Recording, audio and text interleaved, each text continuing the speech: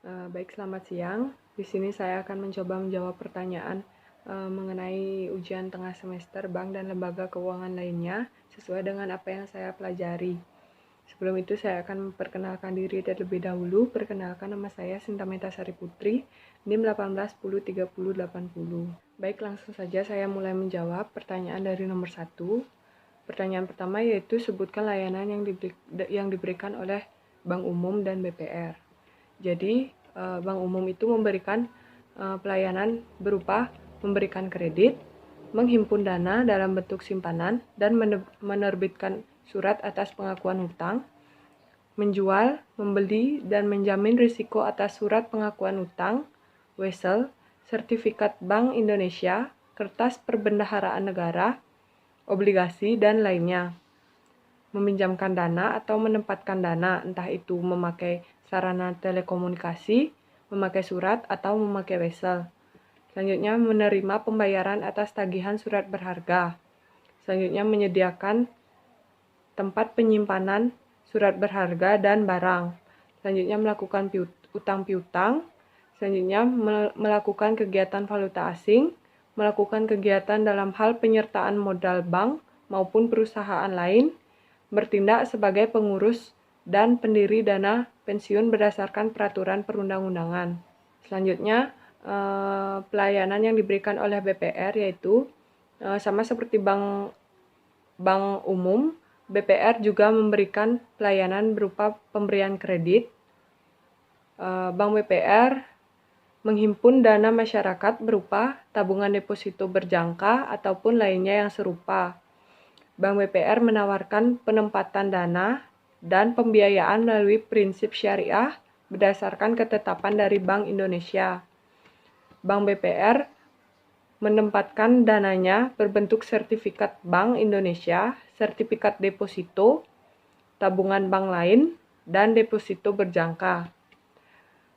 Bank BPR tidak memiliki izin untuk melaksanakan kegiatan usaha asuransi.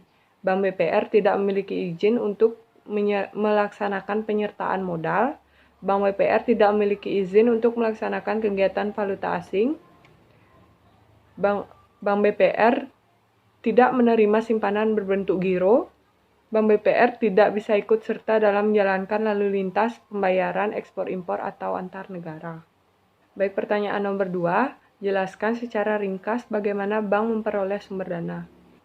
Untuk menopang kegiatan bank sebagai pemberi pinjaman, bank harus terlebih dahulu menghimpun dana sehingga selisih bunga yang didapat, bank akan mendapatkan keuntungan. Penghimpunan dana ini terdapat pada sumber-sumber dana bank. Sumber-sumber dana bank itu ada 2. Yang pertama, dana yang bersumber dari bank itu sendiri. Sumber dana ini merupakan sumber dana dari modal sendiri. Modal sendiri ini maksudnya adalah modal setoran dari pemegang sahamnya. Secara garis besar dapat disimpulkan pencarian dana sendiri ini terdiri dari yang pertama, setoran modal dari pemegang saham. Maksudnya itu adalah setoran para pemegang saham lama. Yang kedua, cadangan-cadangan bank. Maksudnya adalah cadangan-cadangan laba pada tahun lalu yang tidak dibagi kepada para pemegang sahamnya. Cadangan ini sengaja disediakan untuk mengantisipasi laba tahun yang akan datang. Yang ketiga, laba bank yang belum dibagi. Ini merupakan laba yang memang belum dibagikan pada tahun yang bersangkutan sehingga dapat dimanfaatkan sebagai modal untuk sementara waktu. Keuntungan dari sumber dana sendiri ini adalah tidak perlu membayar bunga yang relatif lebih besar daripada jika meminjam ke lembaga lain. Sumber dana yang kedua berasal dari masyarakat luas. Pencarian dana dari sumber ini relatif paling mudah jika dibandingkan dengan sumber lainnya, dan pencarian dana ini paling dominan, asalkan bank dapat memberikan bunga dan fasilitas menarik lainnya. Akan tetapi, pencarian sumber dana dari sumber ini relatif lebih mahal jika dibandingkan dari dana sendiri. Adapun sumber dana dari masyarakat luas, yang pertama rekening giro, yaitu simpanan yang penarikannya setiap saat dengan cek, bilet giro, atau tunai. Yang kedua, rekening tabungan, di mana dana yang penarikannya dengan syarat tertentu dan tidak dengan cek atau bilet giro. Yang ketiga, rekening deposito, yaitu simpanan yang penarikannya hanya saat jatuh tempo sesuai dengan kesepakatan yang berasal dari nasabah atau perorangan. Yang keempat yaitu deposito yang tidak ditransaksikan. Selanjutnya pertanyaan ketiga yaitu jelaskan secara ringkas bagaimana bank mengalokasikan dana. Kegiatan bank setelah menghimpun dana dari masyarakat luas adalah menyalurkan kembali dana tersebut kepada masyarakat yang membutuhkannya. Kegiatan penyaluran dana ini dikenal dengan istilah alokasi dana. Pengalokasian dana dapat diwujudkan dalam bentuk pinjaman atau lebih dikenal dengan kredit. Pengalokasian dana dapat juga dilakukan dengan membeli berbagai aset yang dianggap menguntungkan bank. Alokasi dana itu sendiri berarti menjual kembali dana yang diperoleh dari penghimpunan dana dalam bentuk simpanan.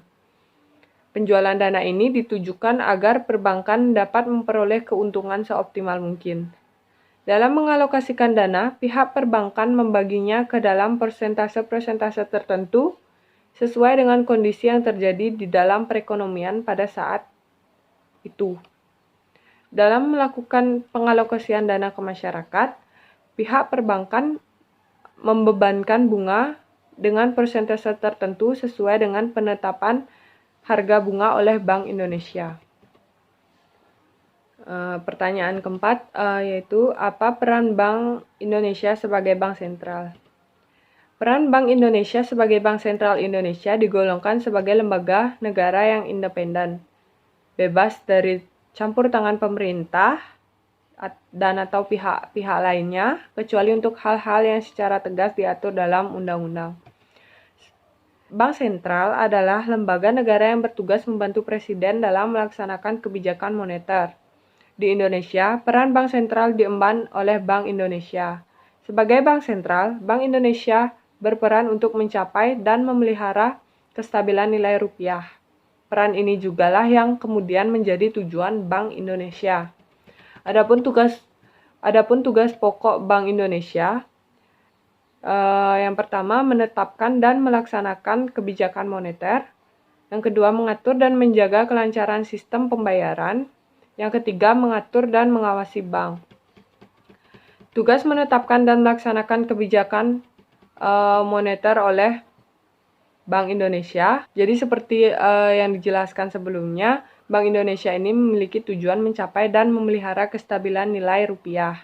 Disinilah kebijakan moneter itu dibuat dengan tujuan agar kestabilan rupiah terhadap inflasi tetap terjaga dan menjaga nilai tukar rupiah terhadap mata uang asing.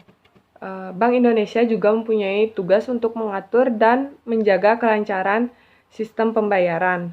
Jadi dalam menjalankan tugas ini, Bank Indonesia berpedoman pada 4 prinsip, yaitu keamanan, efisiensi, kesetaraan akses, dan perlindungan konsumen. Bank Indonesia juga bertugas untuk mengatur dan mengawasi bank. Dalam melaksanakan tugas ini, Bank Indonesia menetapkan peraturan, memberikan dan mencabut izin atas kelembagaan dan kegiatan usaha tertentu dari bank, melaksanakan pengawasan bank, dan mengenakan sanksi terhadap bank sesuai dengan ketentuan perundang-undangan. Baik, sekian jawaban dari saya. Terima kasih.